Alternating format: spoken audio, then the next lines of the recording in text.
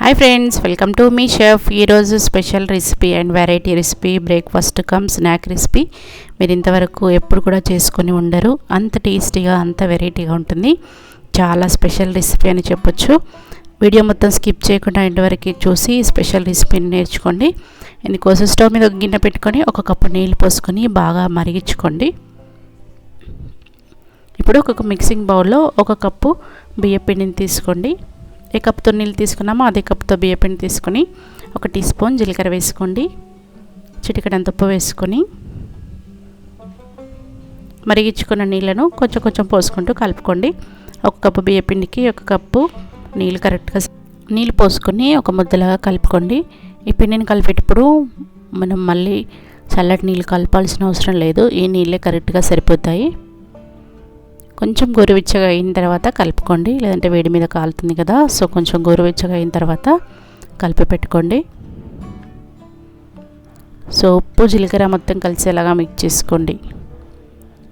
So ఇలా ముద్దలా కలుపుకునేటప్పుడు చేయికి అతుక్కోకుండా ఉండడానికి కొంచెం నూనెను అప్లై చేసుకుంటూ కలుపుకోండి. పిండి అనేది చేయికి అతుక్కోకుండా ఉంటుంది.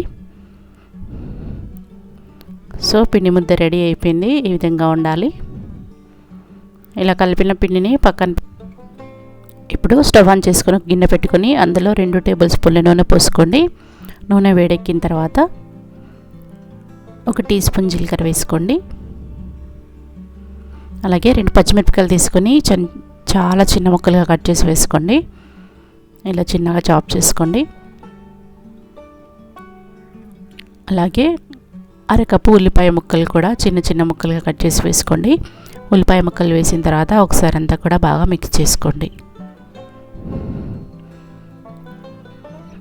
ఉల్లిపాయ ముక్కలు ఒక 2-3 నిమిషాలు ఫ్రై అయిన తర్వాత ఇప్పుడు ఇందులో ఒక క్యారెట్ తీసుకొని సన్నగా తురుముకొని వేసుకోండి. క్యారెట్ని ఒక 2-3 నిమిషాలు నూనెలో ఫ్రై చేసుకోండి. క్యారెట్ ఫ్రై అయిపోయిన తర్వాత 2 బీన్స్ తీసుకొని చిన్న చిన్న ముక్కలుగా వేసుకోండి. ఈ బీన్స్ ప్లేస్లో మీరు క్యాప్సికమ్కి వేసుకోవచ్చు. నేను బీన్స్ వేసుకుంటున్నాను. ఈ బీన్స్ ఫ్రై అయిపోయిన తర్వాత ఒక ఆలు తీసుకొని ముందుగానే ఉడికించుకొని పొట్టు తీసి పెట్టుకొని ఈ విధంగా చేయితో చిదుముకొని వేసుకోండి, లేదంటే తురుముకొని వేసుకోవచ్చు. బాగా ఉడుకుతుంది కాబట్టి చిదిమితే ఈజీగా వచ్చేస్తుంది. ఆలు వేసిన తర్వాత ఒక 2-3 నిమిషాలు నూనెలో ఈ విధంగా ఫ్రై చేసుకోండి. మొత్తం అంతా కలిసేలాగా బాగా ఫ్రై చేసుకోవాలి. ఆలు ఫ్రై అయిపోయిన తర్వాత 1 టీ స్పూన్ జీలకర్ర పొడి వేసుకోండి. అలాగే 1 టీ స్పూన్ ధనియా పొడి కూడా వేసుకోండి. మీరు స్పైసీగా కావాలనుకుంటే కొంచెం గరం మసాలా కూడా వేసుకోవచ్చు. జీలకర్ర పొడి అలాగే ధనియా పొడి వేసిన తర్వాత కొంచెం ఉప్పు వేసుకోండి. రుచికి సరిపడినంత ఉప్పు వేసుకొని ఒకసారి అంతా బాగా కలుపుకొని ఇప్పుడు స్టవ్ ఆఫ్ చేసుకోండి. స్టఫింగ్ రెడీ అయిపోయింది. ఇది చల్లారేంత వరకు పక్కన పెట్టుకోండి. సో ఇప్పుడు కలిపిన పిండిని చిన్న బాల్ లాగా తీసుకొని చేయికి నూనెను అప్లై చేసుకుంటే చేయికి అతుక్కోకుండా ఉంటుంది. అరచేతిలో వేసుకొని ఈ విధంగా చిన్న అప్పలాగా చేసుకొని ప్రిపేర్ చేసిన స్టఫింగ్ని కొంచెం తీసుకొని మిడిల్లో స్టఫింగ్ పెట్టుకొని సో బాల్ లాగా వీడియోలో చూపిస్తున్నట్లుగా చివర్లకంతా కూడా ఈ విధంగా మిడిల్లోకి తీసుకురండి. సో ఇలా అంతా చేసుకొని స్టఫింగ్ బయటకు రాకుండా ఇలా అరచేతిలో వేసుకొని ప్రెస్ చేసుకోండి. అంతే, చూడండి ఎంత సింపుల్గా రెడీ అయిపోయిందో. సో పిండిని కొంచెం మెత్తగా కలుపుకుంటే ఇలా పర్ఫెక్ట్గా వస్తుంది. స్టఫింగ్ అనేది బయటకు రాకుండా ఉంటుంది. సో మిగతా వాటిని కూడా ఇదే విధంగా పిండిని తీసుకొని ఇలా చిన్న అప్పలాగా చేసుకొని స్టఫింగ్ని మిడిల్లో ప్రెస్ చేసుకోండి. మీకు స్టఫింగ్ ఏమైనా కొంచెం బయటకు వస్తున్నట్టుగా అనిపిస్తే పిండిని కొంచెం చేతికి వాటర్ని కానీ ఆయిల్ కానీ పెట్టుకుంటూ ఇవన్నీ స్ప్రెడ్ చేసుకుంటే స్టఫింగ్ అనేది బయటకు రాకుండా ఉంటుంది. సో ఇలా అన్నిటినీ కూడా చేసి పెట్టుకోండి. చాలా టేస్టీగా, వెరైటీగా చాలా బాగుంటాయండి.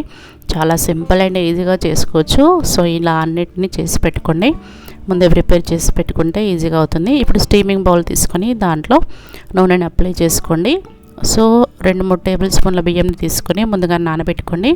ఇందులోంచి నీళ్ళను వంపేసుకొని ఈ బియ్యంని మనం చేసుకున్న బాల్స్లో పైన ఈ విధంగా స్ప్రెడ్ చేసుకోండి. సో చూడడానికి, తినడానికి చాలా బాగుంటుంది, వెరైటీగా ఉంటుందని నేను ఈ విధంగా పైనుంచి నానబెట్టిన బియ్యంని వేసుకున్నాను. సో మీరు కావాలనుకుంటే కలర్ఫుల్గా కనిపించాలంటే ఈ బియ్యంకి కొంచెం ఫుడ్ కలర్స్ కూడా యాడ్ చేసుకోవచ్చు. సో అన్ని బౌల్స్కి ఈ విధంగా బియ్యంని చల్లుకోండి. ఈ స్టీమింగ్ బౌల్ని అన్నీ ఇలా స్టీమింగ్ బౌల్ ఒకదాని తర్వాత ఒకటి పెట్టుకోండి.